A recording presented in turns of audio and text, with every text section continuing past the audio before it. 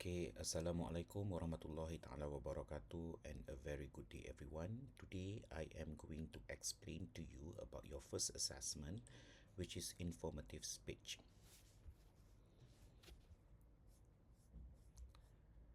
Now, this is basically the content for today's informative speech. Now, what is basically an informative speech? Now, informative speech is a speech that tells the audience about something. It comes from the word information, which means you are telling your audience about something. So it is neutral by nature, meaning to say that you're not being biased. You are just informing the audience about a topic, and that's just it. So your audience will may not know about the topic, but after watching and listening to your presentation, they will be informed about the topic. Okay, so some examples of the topic, like your favorite singer, how to prepare for a catastrophic emergency, or what is play truant and how to solve it. So imagine no one knows what play truant is. So when you explain to them after your speech, now they know what play truant is, or augmented reality. Okay, now, there are many types of informative speech. We have descriptive, demonstrative, explanatory, and definition. So, let's start with the first one, which is the descriptive. Now, descriptive comes from the verb describe. That means you are describing something. It could be a person, it could be a place, it could be a thing, it could be a method, just anything. But you are just describing it. Okay? So a speaker will provide information only about the thing that he or she is describing. So some example of the topics, like my favorite singer, the one thing that I bring to sleep every night, place that I love to go to during summer, or during school holidays, or during holidays, or on the weekends. So these are some of the examples. You are just describing. That is the first type. Now, the second type is what we call a demonstrative. From the verb demonstrate, you are showing something on how to do something. All right, that's what demonstrate is all about. For example, how to prepare for a catastrophic emergency. That means there is a sequence. The first one, and then what do you do next, and then the following, and then lastly. Or you want to teach a person how to change a flat tire, or how to bake cookies. So you show them step by step. So when it involves steps, when it involves process, we call it a demonstrative speech. A demonstrative informative speech. The third type of informative speech is explanatory. It comes from the word or the verb explained, whereby you explained about something. For example, there is a concept, what we call play truant, and you want to talk about it and explain about it to your audience. So, if I don't know what play truant is after listening to your speech, now I know. Or maybe you want to talk about the effects of burning the midnight oil, or learning in the 21st century. What are the types of learning in the 21st century, and how can we learn in the 21st century, for example? Now, when you give information, you explain about certain concepts, certain aspect, that is what we call explanatory speech, informative speech. And I bet and I believe a lot of students will choose this type of informative speech, where you explain about a concept. And of course, last but not least, a definition informative speech. You give like a terminology, a term, and then you explain what the term means. For example, AI, or heutagogy, or the new economic model, NEM. These are terminologies, and you explain about it. This is what we call definition. Now, before you want to brainstorm the topic, you must go through this process. You must first have the general purpose. Now, since this is informative speech, we all are going to have the same general purpose. And then you move on to writing down your specific purpose. And then, of course, you come up with a central idea. And once you have gone through all these three stages, you will form your topic. Now, let's look at an example here. When we talk about general purpose, I have informed you earlier that everyone will have the same general purpose.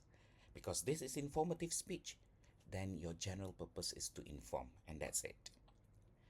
But when it comes to specific purpose, then it varies according to your topic. Now, for example, if let's say I want to inform my audience on how to improve one's proficiency in English, so that is my specific purpose. And then I come up with what we call central idea. Now, what is a central idea? A central idea is a sentence that tells the audience what my speech is all about. Simple as that. A central idea that tells my audience what my speech is all about. Now, in my speech, where I want to talk about one's proficiency in English, how to improve one's proficiency in English, I have 3 points. That is, to listen to English songs, to watch English movies, and to read English newspapers. So these are the 3 steps or 3 ways that one can improve his or her English. And I put these 3 in one sentence because remember, a central idea is a sentence that tells my audience what basically my speech is about, the 3 points that I want to discuss in my speech.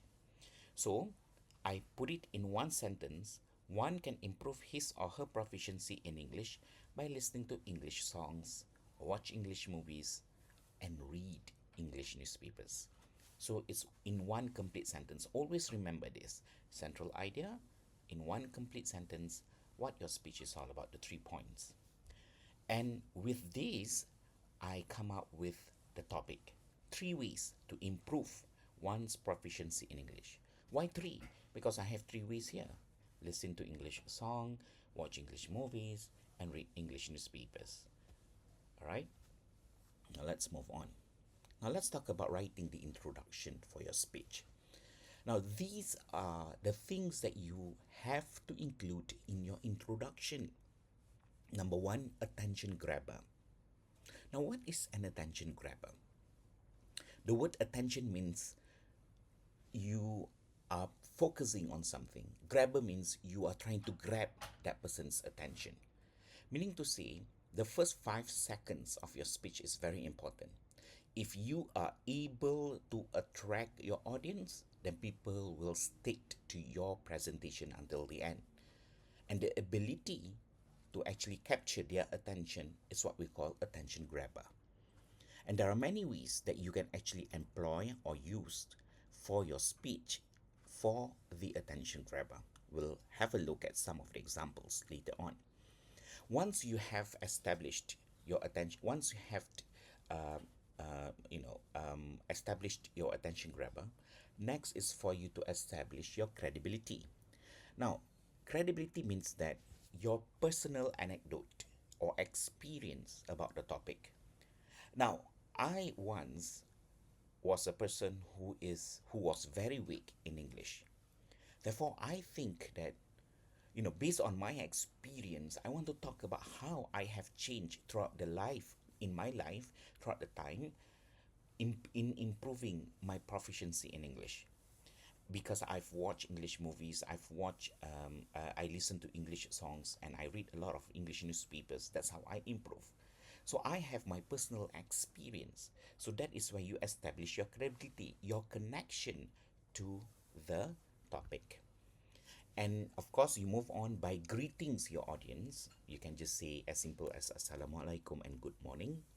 And then you established or you let your audience know what your topic is and your central idea. Now remember, we have talked about central idea just now. Topic and central idea is a combination of these two. And then there should be a transitional sentence because you're moving from your introduction to your body content number 1. You are moving from body introduction to body content number 1. So let's look at the example here.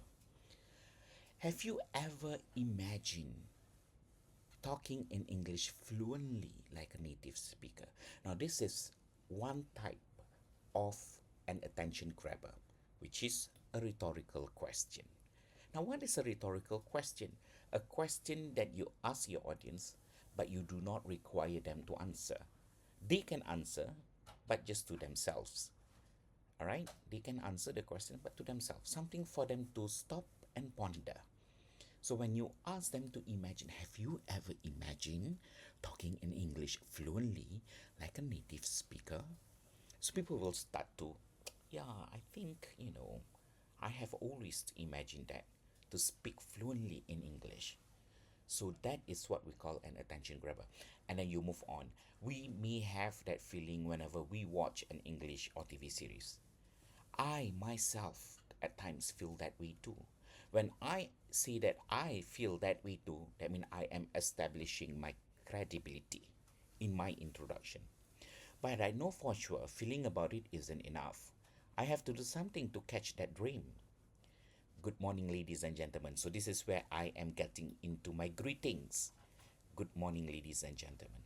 So, today I would like to talk about, I combine my topic and my central idea. 3 ways in improving one's proficiency in English. That is my topic. And they are number one, watching English movies, listening to English songs, and reading English newspapers. So I combine my topic and my central idea. I establish both. And then I move on. Now, let us start with the first way. And that is watching English movies can help to improve your proficiency in English. So the one that is in orange color is the transitional sentence. Because now I am done with introduction and I would like to move on to my first body content. So this is an example of what an introduction should look like. Now, when we talk about attention grabbers, not necessarily that you have to use rhetorical question. There are many attention grabbers that you can actually use. Now, apart from rhetorical question, you can always begin with a quotation. Now, what is a quotation? Like a saying from a famous person. For example, ask not what your country can do for you, but ask what you can do for your country. Now, who said that? John F. Kennedy. He was the then President of the United States. Or you can just share some facts. Do you know that it takes an hour, blah, blah, blah, blah, blah. And then, of course, whatever attention grabbers that you're using, it has to do in relation to the topic. Or begin with a humor or a joke or a proverb or an idiom. Proverb in Bahasa Melayu is peribahasa and idiom is called simpulan bahasa. For example, you can bring a horse to a river, but you can never force the horse to drink the water in a river. Or you can simply use any proverb from any culture as long as they have the English transition. For example, an African proverb like, however long the night is, the dawn will break. To show that if you're going through something, there will always be a light by the end of the tunnel. Or share a little story, small story, not something fancy, not something too long, because always remember, you're not here to tell a story, you're here to deliver a speech. But you begin with a short story. You want to talk about your experience in a car accident, and then you move on. Or maybe you share some historical anecdotes, up to you. Now, these are some examples that I'm giving to you. But if you go and search on attention grabbers online, you'll see a lot more. Now, let's move on how to write the body content. Now, your body content should consist of a topic sentence. What is a topic sentence? It's a sentence that tells the audience what that first body content is all about. That particular body content is all about. And then you begin to elaborate, that is to expand your point.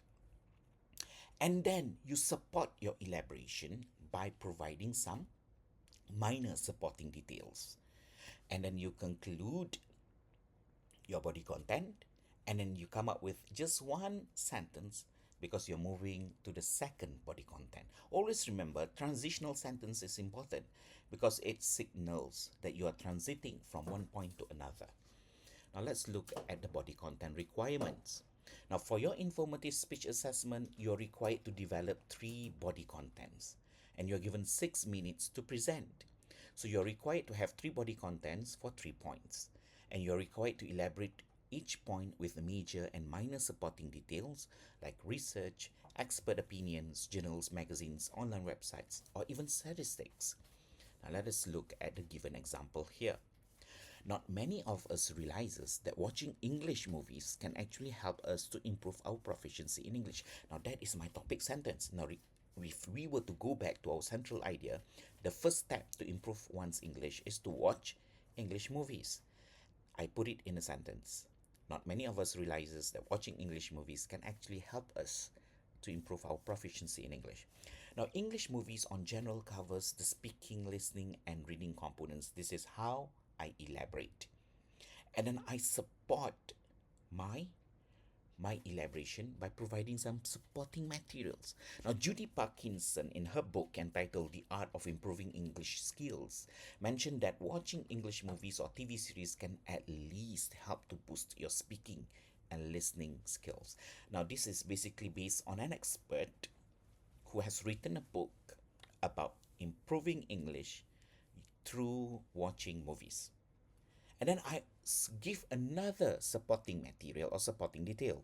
Now, Izzuddin Zakarian in his research reveals that watching motion pictures does have some impacts in acquiring a target language, and in this case, English. Now, this is the part that I take from a research, a finding from a research to support my point. So this is what I call supporting materials. And then I conclude, hence, I would advise you to start to book some tickets for an English movie now.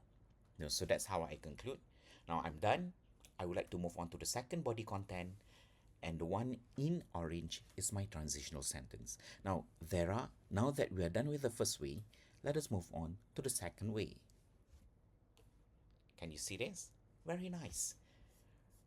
Now, let's talk about supporting materials. As I mentioned earlier, you can support your elaboration and your point by looking at research findings, or from the books or articles, or even graphs and charts through statistics, or even expert opinions, or even observation. This is how you support, and why it is important for you to support your elaboration with the supporting materials, because you want to establish credibility in your informative speech, so that when people listen and watch your presentation, they have trust in it. Now, of course, once we are done with you repeat the same process for the second body content and the third body content. Now, let's move on to the last part of your speech, which is writing concluding sentence. Now, you can always begin your concluding sentence with words like hence, therefore, or thus. But do not begin with in conclusion, because this phrase is exclusively for your concluding paragraph. Now let's talk about writing the conclusion. Now your conclusion should consist of the following. Either you restate the central idea, that means you repeat again the central idea, but in different ways, and then you express your hope and solution if you are talking about issues and how to solve the issues, and then you end with a simple one-liner. Something for the audience to remember, something for the audience to go back and think, perhaps. Now, this is an example. In conclusion, watching movies, when the moment you say in conclusion, I should know you are now coming to your last paragraph, which is your concluding paragraph. In conclusion, watching movies, listening to songs, and reading newspapers can actually help to improve your proficiency in English. So I repeat the central idea. Then I move on. I hope that with these 3 suggestions, you can diversify your ways in improving. So you express hope, your English, so that learning part will be fun and interesting. And then one line ending, remember, only you can change yourself. So make a move now. See, when you tell your audience you give them one line ending, they will just go back, yeah, I think I have to start now and improve on my proficiency.